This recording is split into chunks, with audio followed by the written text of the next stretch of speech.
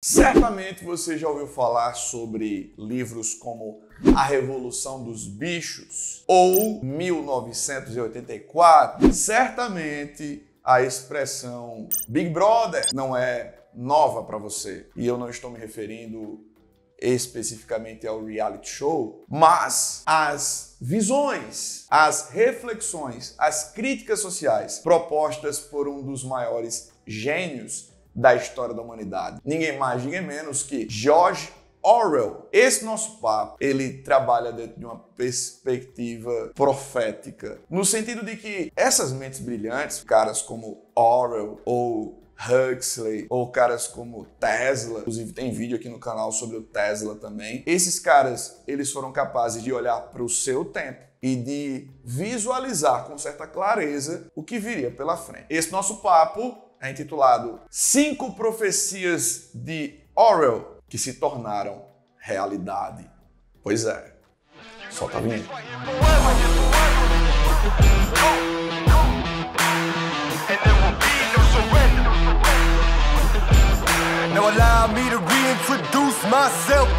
George Orwell é apenas o pseudônimo do escritor inglês Eric Arthur Blair. Ele nasceu em junho de 1903, na Índia. Seus pais eram de origem britânica e voltaram para o Reino Unido quando ele ainda era uma criança. Orwell estudou em excelentes escolas na Inglaterra, mas não chegou a frequentar a universidade. Atuou como policial na tropa imperial indiana, carreira que deixou de lado para poder se dedicar integralmente à escrita. Orwell, que faleceu em janeiro de 1950 em Londres, escreveu 2 clássicos da literatura mundial, obras que são muito famosas pelo seu caráter distópico e alegórico, além de serem carregadas de críticas sociais extremamente profundas. Diga-se de passagem, Orwell, ele tinha um posicionamento antifascista, a favor da democracia e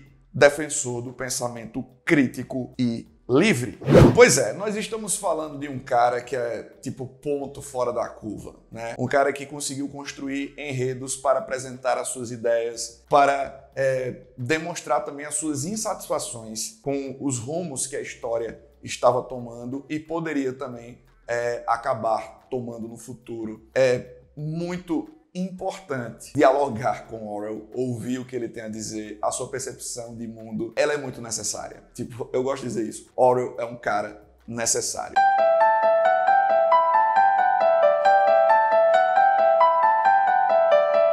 Vamos para as profecias de Orwell que acabaram se cumprindo e a gente tá aqui para contar a história. Primeira profecia. Se a liberdade significa alguma coisa, será, sobretudo, o direito de dizer às outras pessoas o que elas não querem ouvir. Eu não sei se você tem essa percepção. Hoje em dia, as pessoas, elas estão tão fechadas nas suas bolhas, nos seus mundos, nas suas crenças. A gente percebe muitas vezes que falar para alguém que está preso dentro desse ecossistema, sabe? Fechado, de crenças, de devoção, de fanatismo, tá cada vez mais difícil furar esses espaços. E é angustiante. É angustiante quando você olha para essa sociedade com esses mundos, esses microcosmos aí, impenetráveis. É angustiante você querer falar. Senhora, a senhora gravou, dá licença? Senhora. É como se cada vez mais a gente não tivesse nenhum tipo de audiência. É como se as pessoas elas só ouvissem os ecos de suas próprias vozes. E onde é que a gente vai parar? Tipo, uma sociedade onde você fala e não tem alguém do outro lado para escutar. Orwell já se mostrava muito preocupado com isso. E se ele tivesse vivo hoje, eu acredito que ele ia reforçar. Mano, se a gente precisa falar de liberdade, de expressão, se a gente precisa falar de liberdade numa sociedade, é justamente a gente ter a possibilidade de ter acesso às pessoas e mostrar para elas claramente coisas que elas não querem ouvir. E elas não querem ouvir porque muitas vezes aquilo fere as crenças, o fanatismo e muitas vezes até os procedimentos criminosos e morais, o falso moralismo, o confronto, né, que as pessoas tanto querem evitar. Esse confronto. Não tô falando de bate-boca. Bate-boca a galera não quer evitar.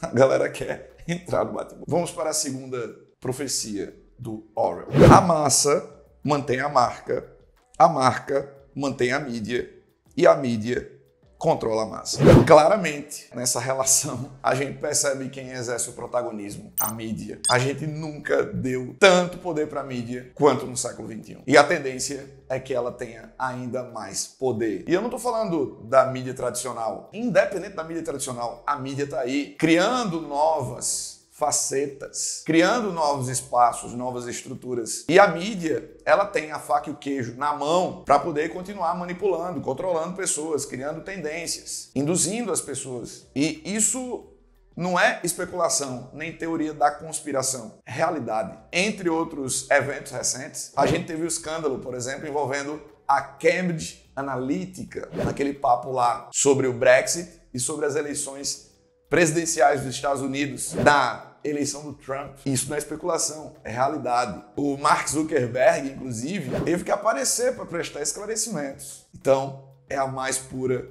realidade. Terceira profecia.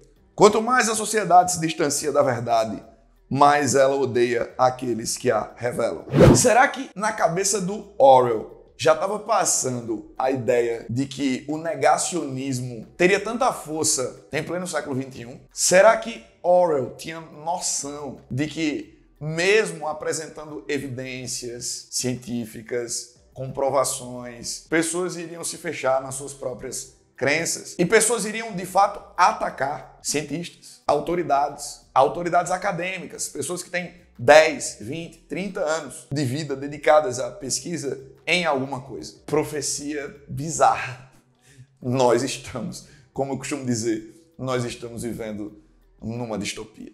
A humanidade precisa se libertar do conceito de Deus e diabo e admitir que ela mesma faz o bem e o mal. Quem diria que em pleno século XXI as pessoas elas ainda continuariam a atrelar as suas imagens e as suas ações como se elas fossem autoridades divinas na Terra. Existem pessoas que atuam como se fossem salvadores da pátria, como iluminados, como enviados pelo próprio Deus. Enquanto muitos que cometem crimes, atos de crueldade, de atrocidade, muitas vezes vão se justificar culpando o diabo. Será que a prática do mal, ela não é responsabilidade nossa? Assim como fazer o bem deveria ser, inclusive dentro da religião, fazer o bem para receber um presente de Deus? Fazer o bem para tentar capitalizar apoio de quem acredita em Deus? Por que a gente não pode pensar que nós somos responsáveis pelo bem e pelo mal? Orwell estava preocupado com esse lance de uma sociedade que caminharia para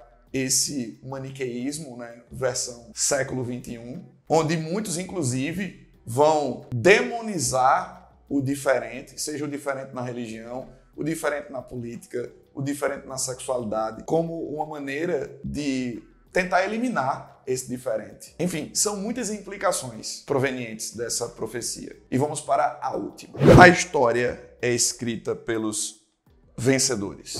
Não é de hoje, não é da época do Orwell, mas a gente sabe que ao longo da história vários grupos eles foram silenciados, negligenciados. A forma com que a história é contada, seja através dos livros ou através da própria mídia, dos jornais, essa maneira, segundo Orwell, ela é sempre tendenciosa. Tem alguém que é o vencedor de um conflito que sempre vai contar o seu olhar, a sua trajetória, e não necessariamente a realidade. Se a gente olhar para um país como o Brasil, por exemplo, se o Orwell estivesse vivo, ele iria perceber como os afro-brasileiros, por exemplo, como os nativos indígenas, eles ainda não têm o espaço adequado para conhecer a sua história, a sua ancestralidade e para contar isso para quem ainda não conhece. É um desafio e tanto a gente dar vez e voz para essas pessoas que têm uma história que ainda não foi contada da forma adequada, porque vem sendo contada e perpetuada na visão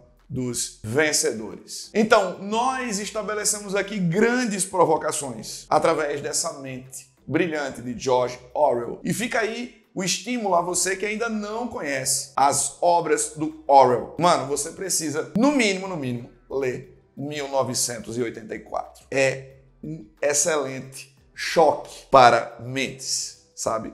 Para que a gente tenha uma percepção mais crítica do mundo em que vivemos. Se você curtir esse conteúdo, mano, deixa o teu like, deixa o teu feedback nos comentários. Se inscreve no nosso canal. Pois é, aqui você é sempre bem-vindo, sempre bem-vinda. É um espaço, né, da cultura pop, da filosofia, do senso crítico, o espaço do pensar com a própria cabeça. Um grande abraço e até a próxima.